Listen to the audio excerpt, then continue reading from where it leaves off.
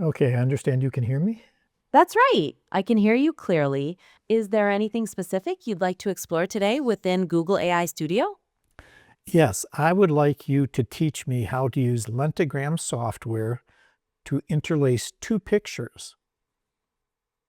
I can certainly help with that. Lenticular software combines images to share a single space, creating an effect when viewed from different angles. Generally, you'll start by importing your two images, then adjust settings like the lens pitch and output resolution to match your specific material. Are you working with a particular software program right now, or just looking for a general overview?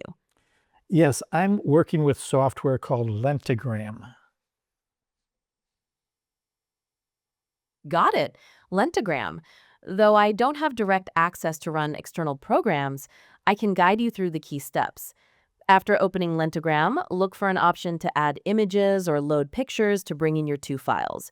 Then you'll need to find a settings panel to input your lens pitch, which is usually measured in LPI, and select the output size. Are you seeing those options available in the software now? Let me open the software. Sounds good. Take your time and let me know once it's up and you're ready to proceed. It is up and I am ready to proceed. Great. I see the Lentigram software on your screen. On the left side, you have all the settings. The first step will be to bring in your two images. Can you look for an option, possibly under the Image Sequence tab or a button on the toolbar, to add image files? Yes, the image sequence tab. Perfect. Now from that window, go ahead and select the two images you want to interlace. You can hold Control or Command on your keyboard to select both at once. Let me know when you have them loaded. I have two pictures loaded. Excellent. Now that the images are in, let's set the parameters. On the left, under your lenticular sheet, you'll need to enter the pitch of your lens material in the LPI field. Do you know that value? I do know that value. I ran a pitch test and it came out to be a value of 40.1. Perfect. You've entered 40.1 in the LPI field. Now also on the left, under printing output, check that the horizontal resolution matches your printer's native resolution or the desired output resolution. What do you have set there? I haven't set that yet. I use an Epson printer. For Epson printers, a common resolution to use is 720 or sometimes 1440 ppi. Let's start by entering 720 in the horizontal resolution field on the left. You can also set the vert resolution to the same value. How does that look? That looks great. Great! Now that the technical settings are in, you can proceed to interlace the images. Look for a button, possibly at the bottom or in a dedicated tab, that says something like Interlace, Create Image, or Generate. Do you see an option like that? I do see an option, but it also is asking me for the width and height of my picture. Ah, yes. In that case, you'll want to enter the final dimensions you want for your printed image. For example, if you're making a 4x6 print, you would type 4 for the width and 6 for the height, assuming inches are the unit. What dimensions are you aiming for? 7 by 7 inches. Perfect. Go ahead and enter 7 for both the width and the height. Once that's done, you should be ready to click the Interlace or Create button to see the final result. Are you ready to do that? No, not yet. It says lens orientation, vertical or horizontal. That's an important choice, as it affects how the lines are created. Typically, you'd choose vertical if you want the images to flip as you move side to side, which is most common. Horizontal would create the effect when tilting up and down. Which way are you planning to hold the print? Vertical. Vertical it is. I see you have that selected now. With all the settings in place, you should be ready to create the interlaced image. Go ahead and press that button.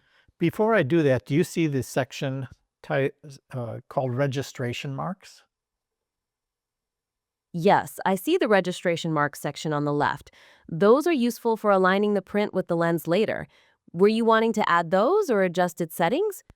I think I would like to add those. Should I do the inside or the outside? Adding them on the outside is generally better, as it keeps them outside the main image area while still providing alignment points. If you add them to the inside, they could potentially overlap your picture. So go ahead and select outside there. Is there anything else about the marks you'd like to set, or are you ready to interlace? Well, it does say margin left to right and a unit of inches. What should I put in there? That margin adds space around the outside of the image for the registration marks to print. A small amount should work, like 0.25 or zero point 0.5 inches, just enough to give them room. Let's try putting 0.25 in both places and see how that looks. Okay. Does that work for you? Great. I see you've got 0.25 inches for both the left and right margins. I think that's all your settings covered. When you're ready, you can click the interlace or create button to generate the image. I have one more question. Of course, go ahead. What's on your mind? Advanced options, it says transition speed slow or fast. That transition speed usually relates to how quickly the image changes as you shift the viewing angle. A fast speed means the flip happens suddenly, while slow makes it a more gradual blend between pictures. For just two images, either one can work, but fast often provides a cleaner effect. Does that make sense? It does make sense. I think I'll pick the middle value. Sounds like a good approach. Now that all the settings are adjusted to your liking, are you ready to create the final image? You No, can click that interlace or create button now. no, I have one more question. Which picture will appear when I view the print straight on, and which picture will appear when I view it from the side? With the vertical orientation chosen, when you view the print straight on, you'll generally see one image, and as you move your head to the side, the view will transition to the other. Which image is seen first depends on how you align the lens pitch, but you'll typically observe one image dominance from the center view. Does that make sense for your plan? It makes sense in theory, but since I only have 2 frames loaded, seems to me like I would see one frame from the left and the other from the right, but when I'm straight on, it would be kind of a blend of the 2. You've got the right idea.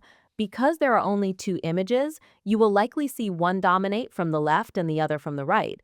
When you're looking straight on, there might be a narrow zone where you see a bit of both, or a quick switch from one to the other, depending on how precisely the lens is aligned with the printed lines.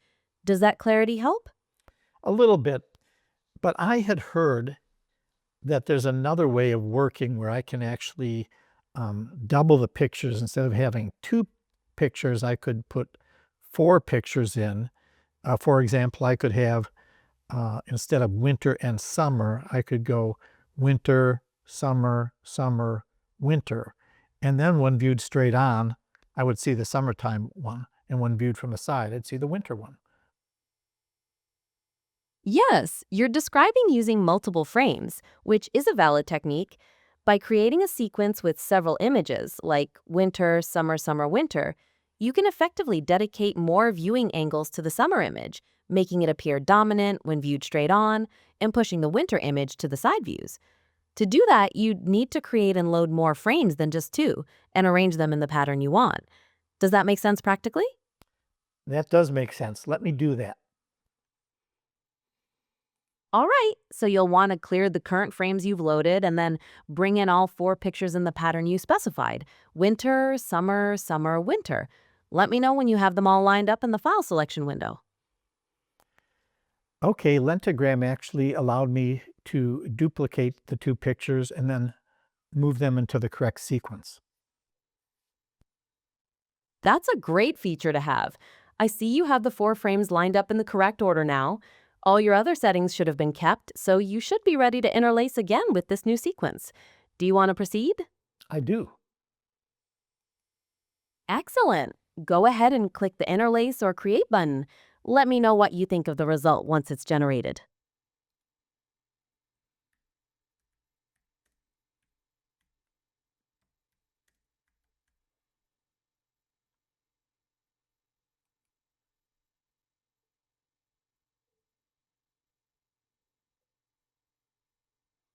Okay, I finished interlacing. Fantastic. I see the Save Interlaced Image window up now. Just name your file and choose where to save it, and then click Save. Did you want to take a look at the resulting image? Yes, I would. Perfect. I see you've opened the image in another program. It should look like a striped or sliced image, which is exactly what we're after.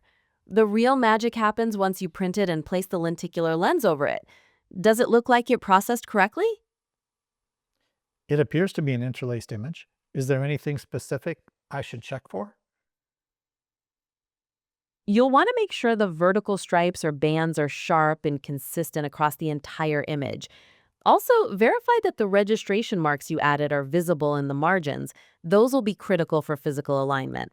Does everything look good on those points? Yes. In that case, it looks like you're all set with the interlaced image. The next steps would be printing it, making sure the size is exact, and then aligning the lenticular lens on top.